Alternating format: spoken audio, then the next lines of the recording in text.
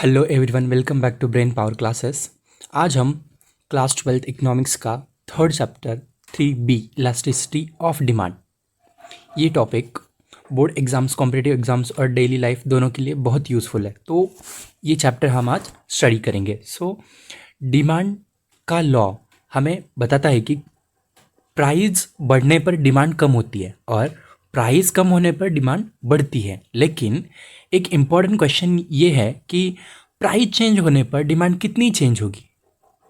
इसी सवाल का आंसर देता है elasticity of demand that we are going to learn now.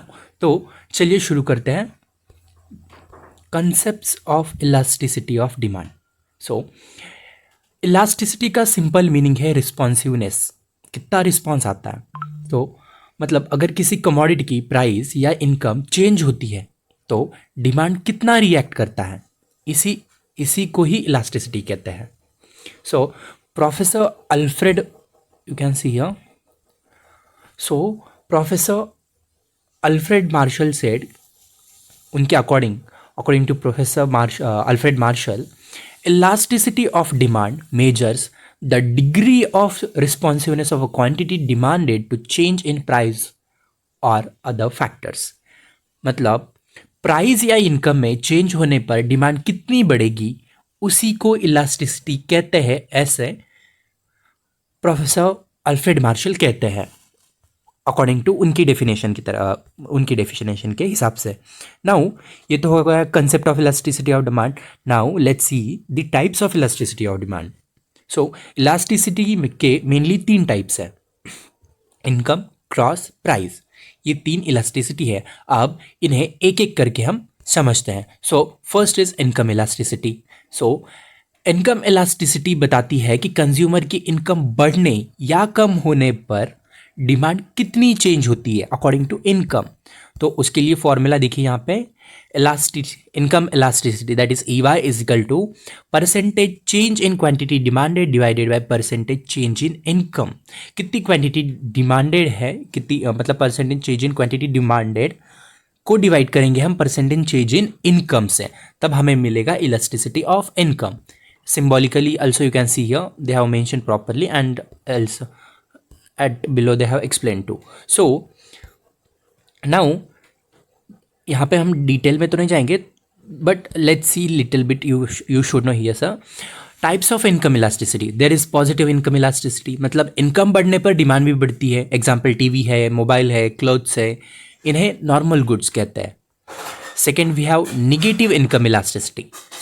Income बढ़ने पर डिमांड कम हो जाती है, इसे निगेटिव इनकम इलास्टिसिटी कहते हैं। एग्जाम्पल इज इन्फीरियर गुड्स, जिससे इनकम बढ़ने के बाद लोग लो क्वालिटी प्रोडक्ट्स की जगह बेटर प्रोडक्ट्स लेना शुरू करते हैं जो महंगे होते हैं।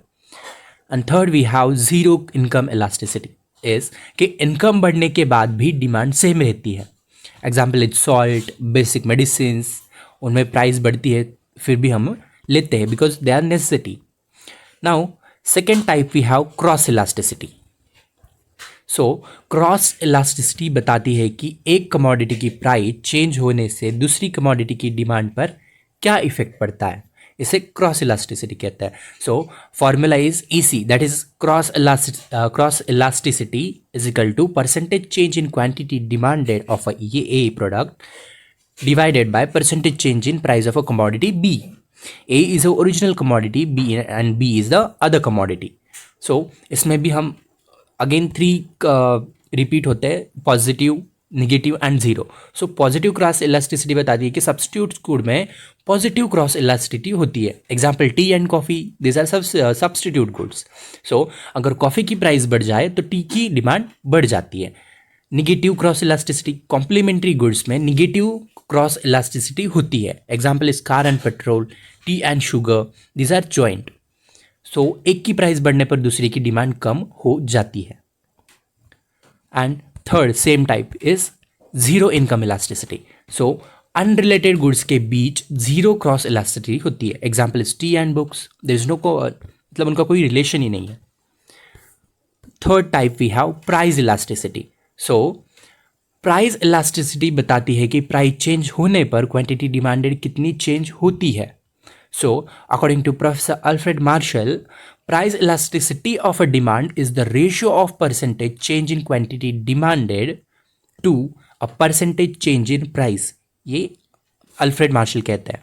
तो फॉर्मूला है कि इसका elasticity, price elasticity is equal to price change in quantity demanded divided by price percentage change in price. ये उसका फॉर्मूला है. Now let's see the types of price elasticity of demand. तो इसके टोटल 5 टाइप्स है. तो पहला type ये है कि परफेक्टली इलास्टिक डिमांड, मतलब इलास्टिसिटी की डिमांड की जो इलास्टिसिटी हो एकदम परफेक्ट है. प्राइस बहुत छोटा सा मतलब प्राइस में बहुत छोटा सा चेंज भी डिमांड में इन्फिनाइट चेंज ला देता है. लाइक डिमांड को हॉरिजॉन्टल लाइन हो जाती है. You can C a quantity demanded जो है और यहाँ पे देख सकते हैं आप प्राइस और क्वांटिटी डिमांडेड जो है परफेक्टली इलास्टिक है, दोनों सेम है. सो एग्जाम्पल है कि पूरे प्योर प्रैक्टिकल लाइफ में ये सिचुएशन बहुत रेयर होती है या फिर आती ही नहीं है. तो उनका कहना है कि for example 10% fall in price में lead to an infinite rise in demand, जो कि एक्चुअल में होता तो नहीं है. So prior you can see the formula here, elasticity of demand ED is equal to percentage change in quantity demanded divided by percentage change in price, and this is a graph of that. Next we have perfectly inelastic demand, ED is equal to 0. so price कितने भी बढ़े या घटे demand same ही रहता है. So demand curve जो होता है, डिमांड कर्व जो है वर्टिकल लाइन होती है. यहाँ पे देख सकते हो आप, इसका ग्राफ है, इसकी जो लाइन्स है वर्टिकल है. सो एग्जाम्पल देखिए यहाँ पे, for example 20% fall in price will have no effect on quantity demanded. इसे कहते हैं perfectly inelastic demand. Price बढ़े या घटे तो उसमें कोई मतलब दिक्कत नहीं आती है, डिमांड वही का वही रहता है. एग्जाम्पल ले लो, सॉल्ट ले लो, लाइफ सेविंग मेडिसिन ले लो. हम मतलब वो महंगी हो गई है या फिर सस्ती हो गई, इसलिए ज़रूरत से ज़्यादा तो नहीं लेंगे, तो इसलिए वो परफेक्टली इन इलास्टिक डिमांड है. Next we have unitary elastic demand, that is ED is equal to 1. So price और डिमांड दोनों सेम प्रोपोर्शन में चेंज होते हैं, तो उसे यूनिटरी इलास्टिक डिमांड कहते हैं, जहाँ पे elasticity of demand is equals to 1. So example ले लो, 50% price decrease, 50% increase in demand, मतलब 50% से किसी प्रोडक्ट की प्राइस कम हो रही है तो उसकी डिमांड इक्वल प्रोपोर्शन में जा रही है, 50% राइज भी हो रही है, तो उसे कहेंगे यूनिटरी इलास्टिक डिमांड. और इसका जो शेप है देखिए यहाँ पर डी पे, it is rectangular hyperbola. Demand curve rectangular hyperbola होता है यहाँ पे. Next we have the fourth one, relatively elastic demand, ED is greater than 1, that is elasticity of demand is greater than 1. So कि demand में change price के change से ज़्यादा होता है. एग्जाम्पल ले लो, 50% fall in price causes 100% rise in demand, मतलब 50% प्राइस कम हो रही है तो उसकी डिमांड जो है उससे ज़्यादा मतलब 100% से बढ़ रही है. Like luxury goods generally relative elastic होती है. सो डिमांड को यहाँ पे जो होता है ना फ्लैटर होता है. यू कैन सी D से D नीचे D तक ऐसे पूरा फ्लैट हो चुका है. And fifth the last we have type इसकी relatively inelastic demand where ED is smaller than 1. So demand में चेंज प्राइस के चेंज से कम होता है. एग्जाम्पल ले लो, 50% fall in price causes only 25% rise in demand, तो उसका आधा ही मतलब चेंज हो रहा है यहाँ पे.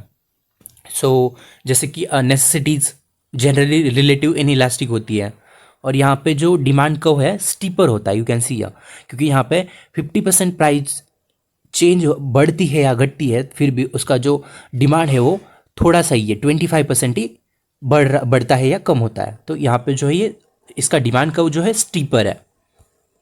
And next we have methods of measuring price elasticity of demand. So price elasticity को मेजर करने के 3 मेथड्स है, रेशियो और percentage method, total expenditure method and point और जियोमेट्रिक मेथड. सो इन मेथड्स को और इलास्टिसिटी को इन्फ्लुएंस करने वाले फैक्टर्स हम पार्ट 2 में डिटेल में समझेंगे. अगर